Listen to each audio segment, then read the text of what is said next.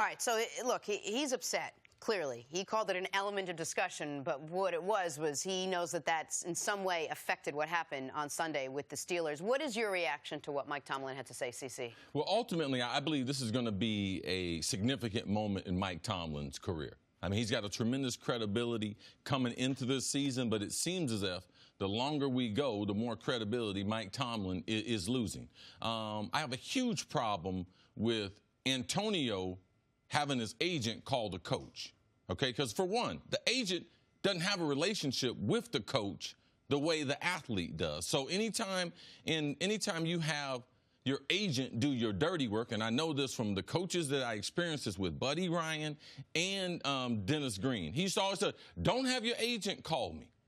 So whatever you want, you're going to have a better chance of getting it accomplished if you call me. So my first thing was with how everything transpired, that the reason why there was such a lack of communication, and they forced Mike Tomlin. And Buddy Ryan, in one of the lowest moments of my career, when he decided to release me, he also put the media on a wild goose chase to not let them know what actually happened.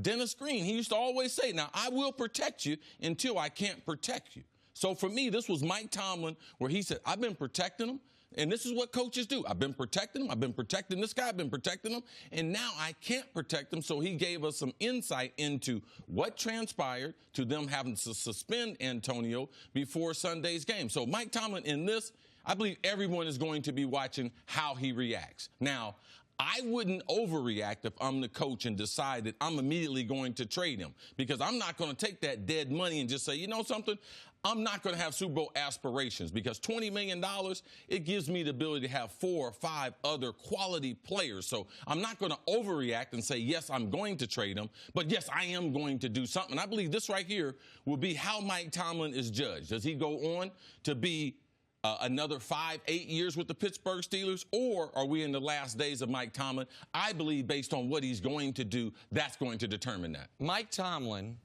his best players continue to do him the dirtiest.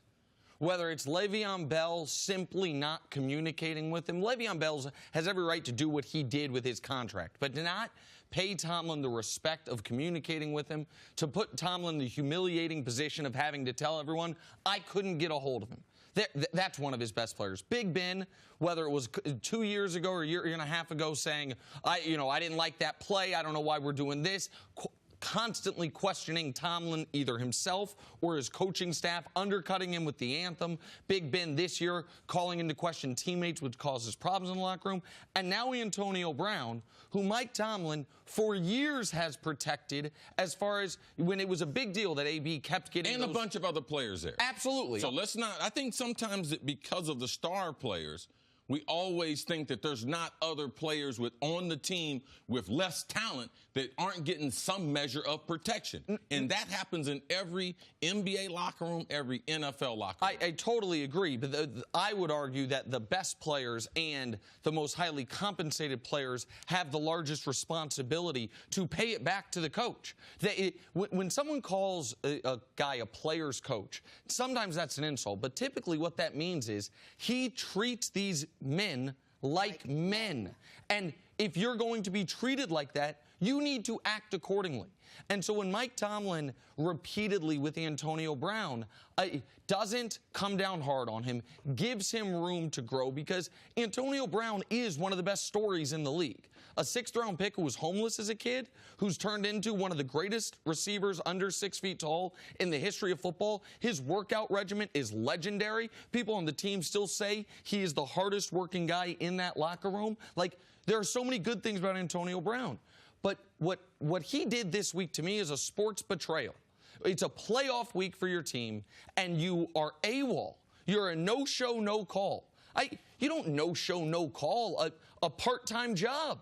Like, you can't no-show, no-call the Pittsburgh Steelers in Week 17, and you put your coach, who's always had your back, and to C's point, the back of probably everyone in that locker room, in an impossible position where now it's a referendum on him and his ability to lead. That's not right.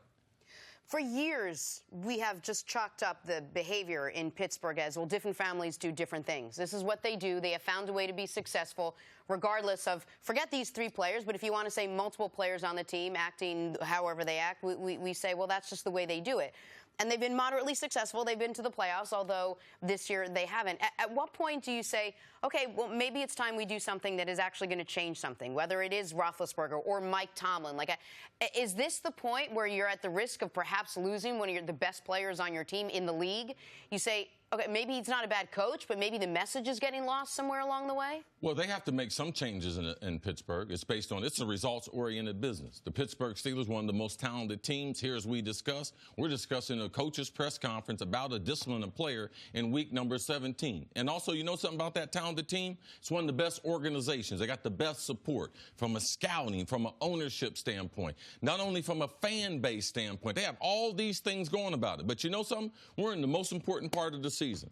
It's called the NFL playoffs, and they're not participating. And the reason why they're not participating is because their defense hadn't been good in big spots. They throw too many picks, been in the red zone, and they didn't have enough depth offensively on the team to be an offensive-driven team. So there's a number of reasons, absent of the press conference, of why the Pittsburgh Steelers and why we should be talking about them moving forward. But until this is resolved, until they make an about face, until Mike Tomlin, he has to make some adjustments. And it's very, very hard to do because Ben Roethlisberger is used to the system that they have. AB has been coddled unto this point that now they have to make an adjustment. And typically, you can't make that adjustment inside an organization unless you fire the coach and bring in a new voice. I don't believe the Pittsburgh Steelers are going to do that, and I'm not certain that they're going to trade Antonio Brown. You mentioned earlier the dead money with Antonio Brown, and yesterday I made the case as to why, to me, this is the point of no return, and I would trade Antonio Brown. I want people to fully understand what the cap ramifications are, because $21 million in dead money seems like a ton, and it is, but they need to understand if he's on the team, it's $22 million against the cap. So their cap, we can show it. This is, the left column is if he's on your team, what your cap hit is. $22 million, $18 million, $19 million. The right column is if he were traded in an hour or later this week. It's $21 million this year, so it frees up no money essentially this year, and then obviously $0 2 years moving forward. So your cap situation for 2019 is the same, with or without Antonio Brown. The question is, can you replace the production? Right. And is removing what I think could be a Le'Veon Bell type of ongoing distraction throughout the offseason and into the season worth it? What would the compensation be? Could you get, if Amari Cooper's worth a 1, could you get a 1 and a 3, a 1 and a 2? Their cap is going to be the same with or without him. They would just have a gaping hole at number 1 wide receiver. Could they plug that hole via free agency or the draft? And what would the locker room change be? Because the culture change would be firing the coach. They're not firing the coach. The culture change could be changing the quarterback. They're not changing the quarterback. So you are running out of ways to have some shock to the Steelers' culture. So how do you do it? What can number you change? one is I would be slow to make Juju Schuster a number 1 receiver. I knew you were going to say that. Well, I mean, if you take L. Bell out of the lineup, you take A.B. out of the lineup, then you'll see what you have. And there's some other attributes I need in a number 1 that he doesn't have yet. I'm not even going to go into them. But as far as A.B. and this team moving forward, it's a long way from September. So I'm not going to overreact. I'm glad I wasn't on TV the last few days. I'm not going to overreact, and I wouldn't be surprised if number 84 in September is running out for the Pittsburgh Steelers, because the way the contract is situated, they got limited options. They could go all in 2019 and decide after that where they can get off the contract then with no hard ramifications from salary cap-wise. I would see that as a solution compared to trading the player, just overreacting based on what's happened right now. Thanks for watching. Subscribe here to get the latest from the show. Also, be sure to check out more of the best clips from First Things First, or go watch a few segments from our other shows on FS1.